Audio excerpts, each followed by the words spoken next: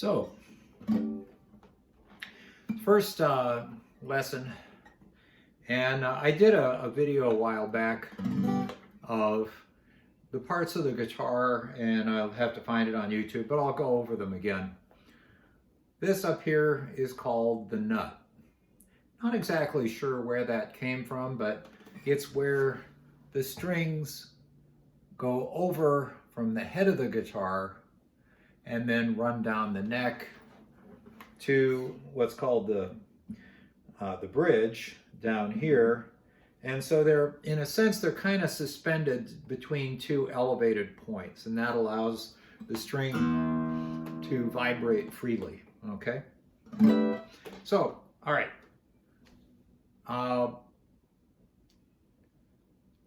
Let's talk about finger technique, about how to kind of holding the guitar really is whatever way is comfortable for you.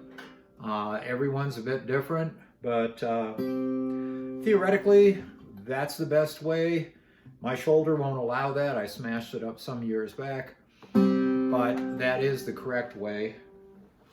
As far as holding the neck, a lot of different ways to do that.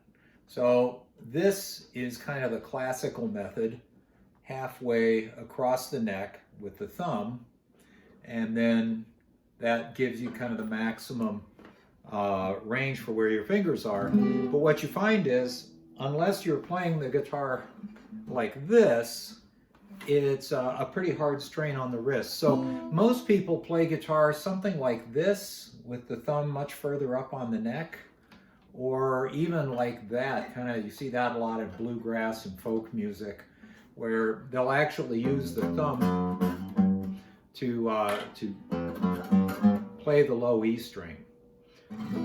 So, speaking, and so the idea, let me go to another point. The idea when you're playing, you want to have your fingers coming down at the fretboard as close to perpendicular, as close to 90 degrees as you can. That's not always possible, obviously, with some. That's kind of impossible to get, maybe if you're Tommy Emmanuel or something. But for the most part, that's what you're aiming for. And what that'll produce is calluses on your fingertips, which, when you're starting out, it's painful. I'm not going to lie to you. You get sore fingers. So, but after a little while, and when I say a little while, a week, if you're playing, regularly and you play for a while, you'll develop these calluses, and then,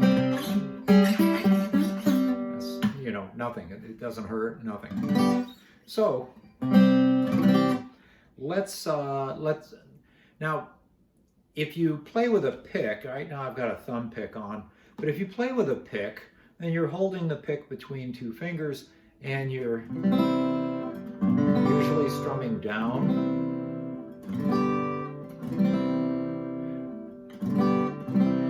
Some people use their thumbs. And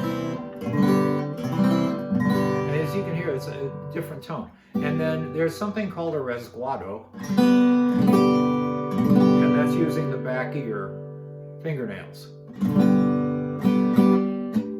So,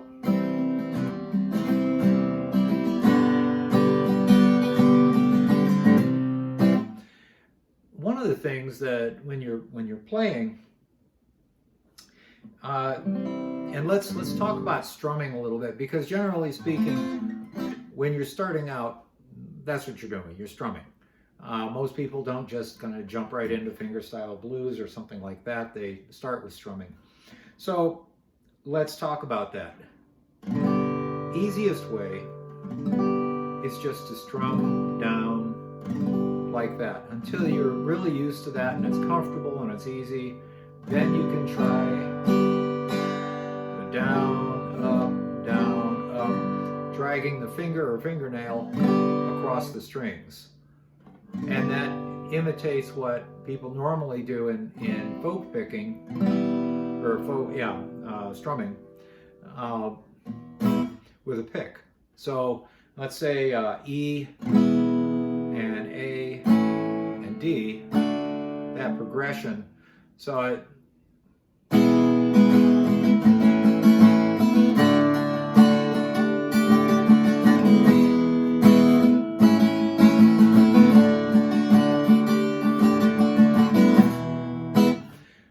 that's probably about 30% of popular music today.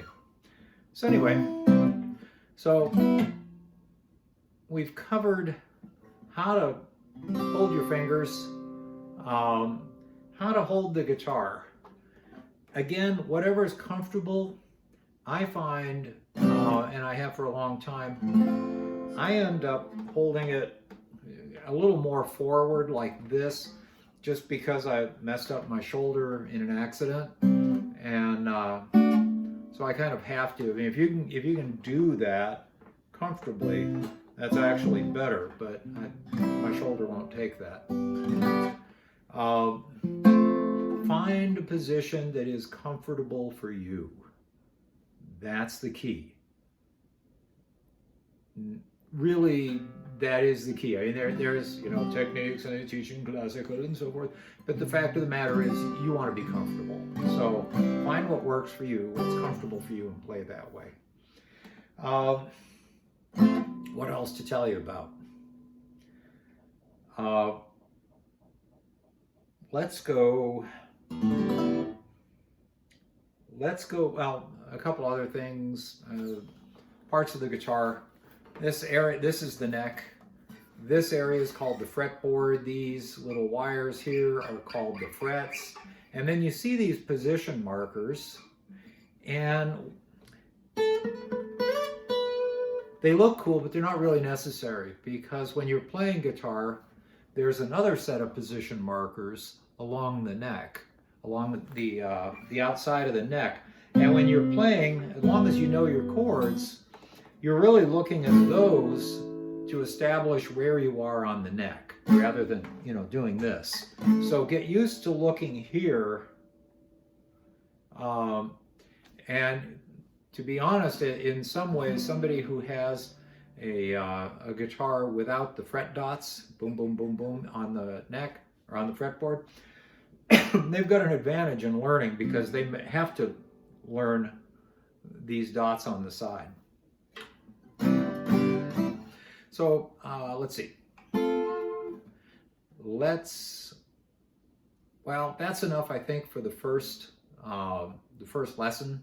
So let's review.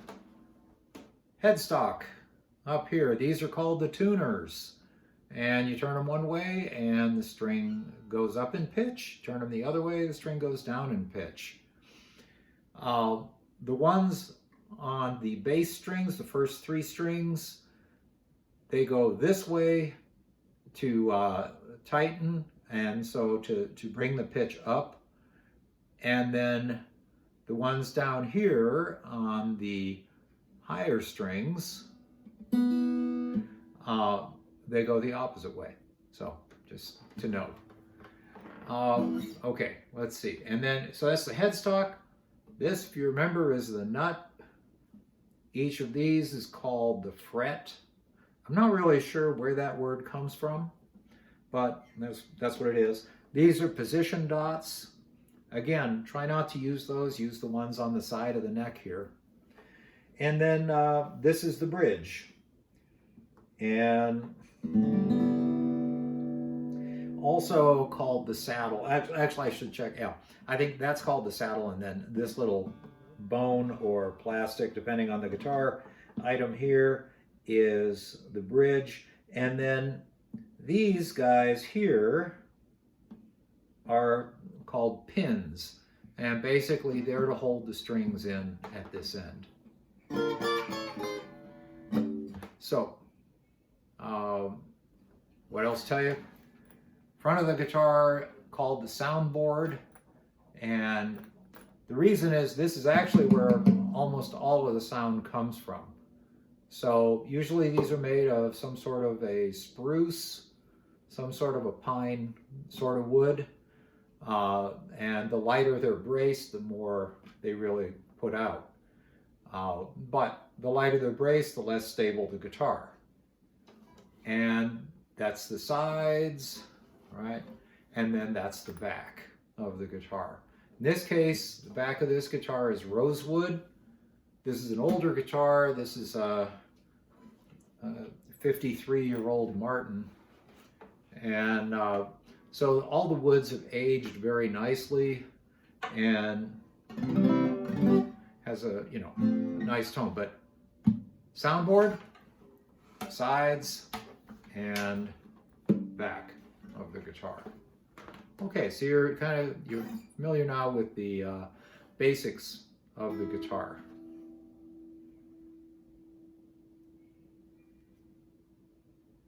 And